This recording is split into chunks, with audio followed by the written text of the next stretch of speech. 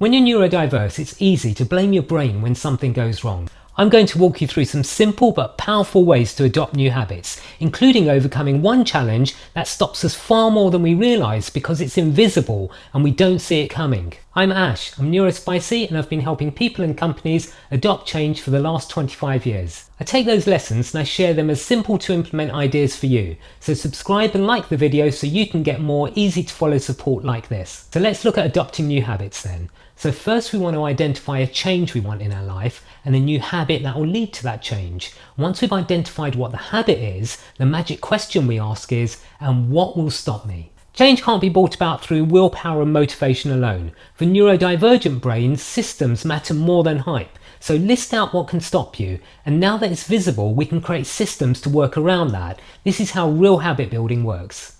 Regardless of being neurodiverse, if your plan relies on motivation, it's fragile. If it relies on systems, it can survive. So build a habit based on your real life, not some perfect imaginary world. I've done it before too. I've added that new habit in the calendar thinking the future me is going to magically behave differently.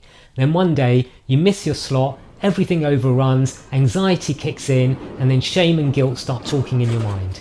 You can't think, and you definitely can't see that you were just hijacked by time blindness. So make your schedules acknowledging that time blindness exists in your world. The goal isn't to have perfect days. Let's start with the goal of actively managing overwhelm, and then we can build from there. Creating a streak feels great, but breaking a streak doesn't mean that you failed, and it definitely doesn't mean that you should stop. I missed Monday, the whole week is ruined. Classic all or nothing thinking, very common in those who are neurodiverse. Stop counting streaks and start counting restarts. Breaking a streak feels like a failure, however a restart is a win. If the restart feels hard, break it into the smallest action you can and start there. However small the action, it's still a restart and it still counts. The last change is widely recognised as the difference that makes a difference. But before we get there, let's talk about the invisible habit killer I told you about at the beginning. The reason it's invisible is it's hidden in plain sight all around you.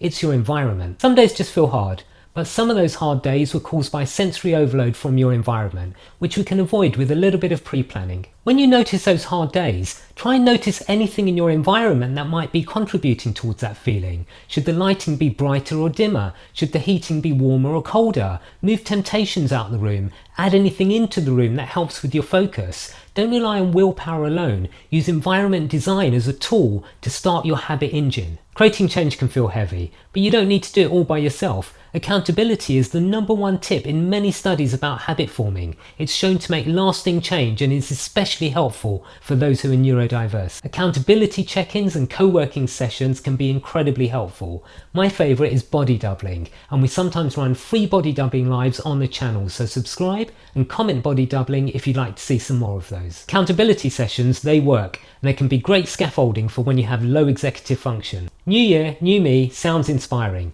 but for many neurodivergent people it becomes new year, same burnout. This year can be different though, not because you magically become someone else, but because you create systems to support the person you actually are. If you would like a practical template to help you follow these steps, subscribe and comment template. Treat your life like a science experiment. Observe, adjust and try again. It's not failure, so don't focus on the negativity. Learn what it was that stopped you, make the change and then restart.